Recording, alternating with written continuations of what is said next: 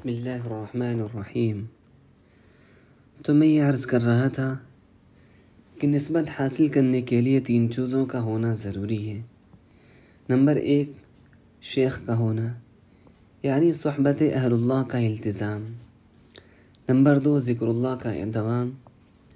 Number 3 گناہوں سے بچنے کا اہتمام۔ اگر امت یہ 3 کام کر لے تو اس کے ولی اللہ ہونے میں کوئی شک نہ رہے اور یقیناً ساری امت ولی اللہ ہو جائے۔ روحانی حیات صحبت اہل اللہ پر موقوف ہے۔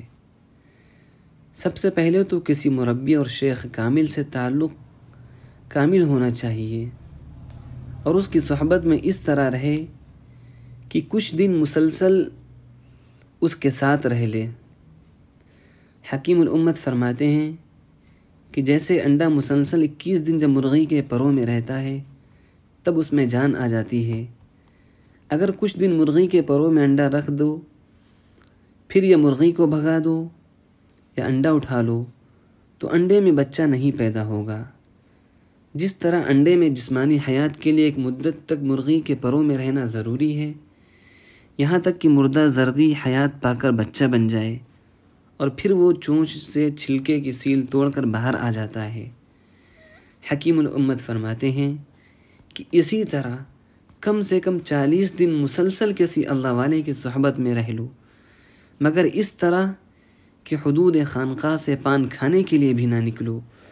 40 دن بالکل اپنے کو خانقاہ میں محصور کر لو، قید کر لو، تو اللہ تعالیٰ پھر ایک روحانی حیات عطا فرماتے ہیں جس کو نسبت کہتے ہیں۔ یہ بات چاہے ابھی سمجھ میں نہ آئے لیکن کر کے دیکھیے۔ جیسے زردی سے کہو کہ کچھ دن مرغی کے پروں کی گرمی لے لو تو بچہ پیدا ہو جائے گا، تو اس زردی میں اتنی بھی صلاحیت نہیں کہ سن سکے، اسے تو کوئی بس مرغی کے پروں میں رکھ دے، یہاں تک کہ 21 دن بعد بچہ انڈے کے چھلکوں کو توڑ کر بزبان حال یہ شعر پڑھتا ہوا نکلتا ہے: کھینچی جو ایک آہ تو زندہ نہیں رہا، کھینچی جو ایک آہ تو زندہ نہیں رہا، مارا جو ایک ہاتھ گریباں نہیں رہا۔ اللہ والوں کے صدقے میں اللہ تعالیٰ ایسی روحانی حیات دیتا ہے کہ سالت غفلت کے تمام تعلقات کو خود بخود توڑ دیتا ہے۔ مولانا رومی رحمۃ اللہ علیہ فرماتے ہیں کہ اے دنیا والو، اگر تم دنیاوی تعلقات کی 200 زنجیروں میں ہمیں جکڑو گے تو ہم ان زنجیروں میں نہیں جکڑے جا سکتے۔ غیر آن زنجیر زلف دل برم، گرد و صد زنجیر آری بردرم۔ اگر دنیاوی تعلقات کی 200 زنجیریں اے اہل دنیا والو لے آؤ تو ہم سب کو توڑ دیں گے، سوائے اللہ کی محبت کی زنجیر کے کہ اس میں گرفتار ہونے کے تو ہم خود مشتاق ہیں، ہم خود چاہتے ہیں کہ اس میں گرفتار ہو جائیں۔ قیامت تک اولیاء اللہ پیدا ہوتے رہیں گے۔ حکیم الامت مجدد ملت حضرت اشرف علی تھانوی رحمۃ اللہ علیہ نے قسم اٹھائی تھی کہ خدا کی قسم، جب کسی ولی کا انتقال ہوتا ہے تو اس کی کرسی خالی نہیں رکھی جاتی، فوراً اس کی کرسی پر دوسرا ولی بیٹھا دیا جاتا ہے۔ اور یہ شعر پڑھا کرتے تھے: ہنوز آں ابر رحمت در فشان است، خم و خم خانہ با مہر نشان است۔ آج بھی وہ فیض جاری ہے، اور جیسے حکیم اجمل خان نہیں ہیں مگر ان کے شاگرد کے شاگرد کو تلاش کرتے ہیں، اور یہ کہنا کہ کیونکہ آج حکیم اجمل خان نہیں ہیں لہٰذا میں آج کل کے مسٹر پیٹر حکیموں سے علاج کرانا اپنی توہین سمجھتا ہوں۔ یہ شخص یا تو پاگل ہے یا بے وقوف۔ جو موجودہ طبیب ہیں آپ انہی سے علاج کراتے ہیں۔ اسی طرح روحانی بیماریوں کے علاج کے لیے اگر ہم حضرت بایزید بستامی کا، حضرت جنید بغدادی کا، شیخ عبد القادر جیلانی کا انتظار کریں گے تو روحانی صحت ہو چکی۔ بس کچھ انتظار نہ کیجیے، جو موجودہ اہل اللہ ہیں ان سے علاج کرائیے، جس طرح آج کل کے حکیموں اور ڈاکٹروں سے علاج کرایا جاتا ہے۔ کونوا مع الصادقین کا مطلب اللہ تعالیٰ نے کونوا مع الصادقین فرمایا ہے، لہٰذا اللہ تعالیٰ کے ذمے ہے کہ قیامت تک اہل اللہ کو پیدا فرماتے رہیں، کیونکہ انہوں نے اہل اللہ کی صحبت میں بیٹھنے کا ہمیں حکم دیا ہے۔ ایسا نہیں ہو سکتا کہ کسی زمانے میں قرآن پاک کی تعلیمات پر عمل محال ہو جائے، جب اللہ تعالیٰ نے حکم نازل کیا ہے کہ یا ایھا الذین آمنوا اتقوا اللہ، اے ایمان والو تقوی اختیار کر کے میرے دوست بن جاؤ اور اپنی غلامی کے سر پر تاج ولایت رکھ لو۔ ابھی تو خالی مومن ہو لیکن ولی نہیں ہو سکتے جب تک تقوی اختیار نہیں کرو گی۔ لیکن تقوی کہاں سے ملے گا؟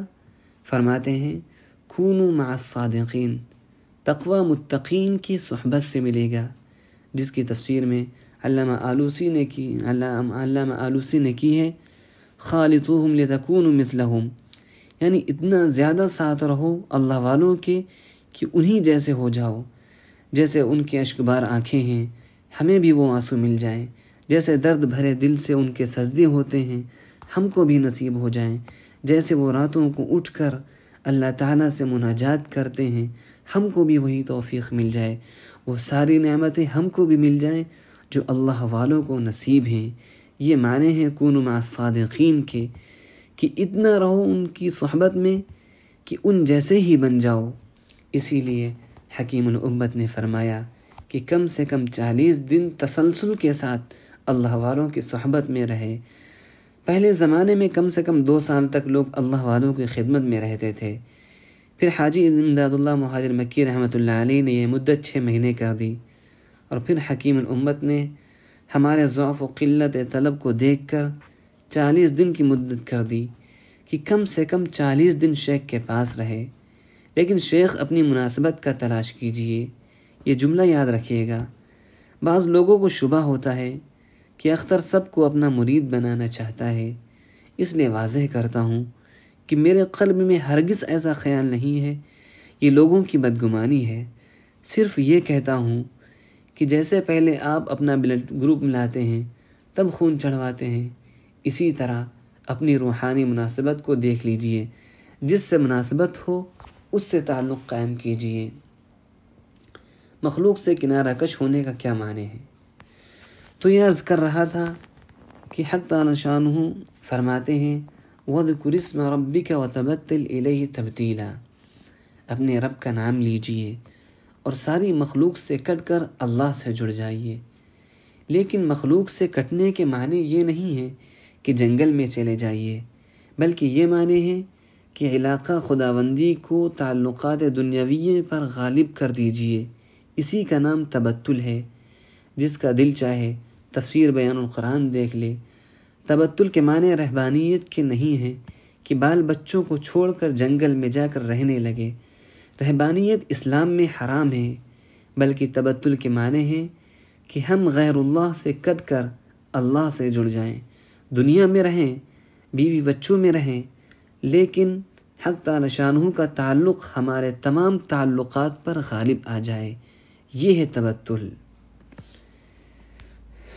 رب المشرق والمغرب، اے دنیا والو تم اپنے دن کے جھگڑوں سے ہم کو یاد نہیں کرتے ہو کہ آج آٹا نہیں ہے، دال نہیں ہے، فلاں کام کیسے ہوگا۔ ارے جب ہم سورج پیدا کر سکتے ہیں اور دن بنا سکتے ہیں تو ہم تمہارے دن کے کاموں کی تکمیل نہیں کر سکتے۔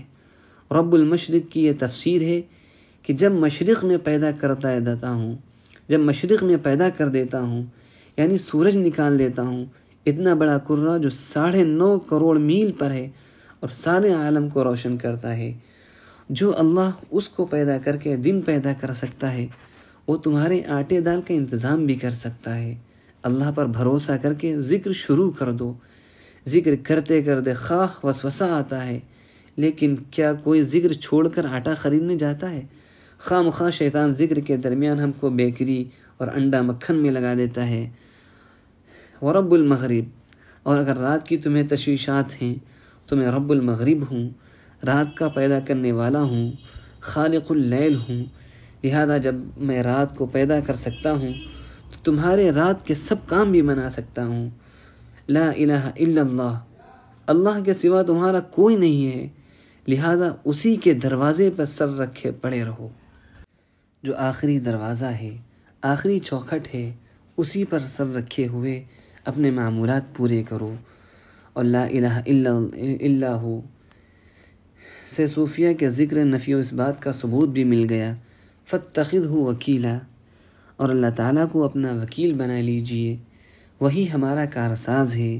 اور اگر مخلوق ہماری مخالفت اور دشمنی کرتی ہے تو نبیوں کے بھی دشمن ہوئے ہیں، وَجَعَلْنَا لِكُلِّ نَبِيٍّ عَدُوًّا، لیکن یہ جعل تکوینی ہے، تشریعی نہیں ہے۔ بس جس طرح نبیوں کے دشمن ہوئے ہیں تو امتی کے کچھ نہ کچھ دشمن ہونا کیا تعجب کی بات ہے۔ کوئی گول ٹوپی کا مذاق اڑائے گا، کوئی تسبیح کا مذاق اڑائے گا، کوئی کہے گا کہ میاں یہ بنے ہوئے صوفی ہیں، مکار ہیں، لیکن آپ صبر کریں، وَاصْبِرْ عَلَىٰ مَا يَقُولُونَ۔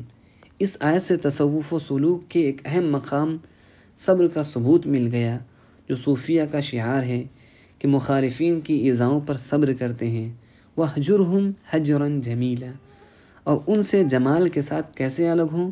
ہجران جمیل کی مفسرین نے کیا تعریف کی ہے؟ فرماتے ہیں الذی لا شکوى فیہ ولا انتقام، یعنی نہ ان کی شکایت اور غیبت کریں اور نہ انتقام کا خیال ہو کہ چلو ہم بھی ان سے کچھ بدلا لیں اور ان کو کچھ کہیں۔ اللہ تعالی ہم سب کو اپنا ولی بنائے، آمین یا رب العالمین۔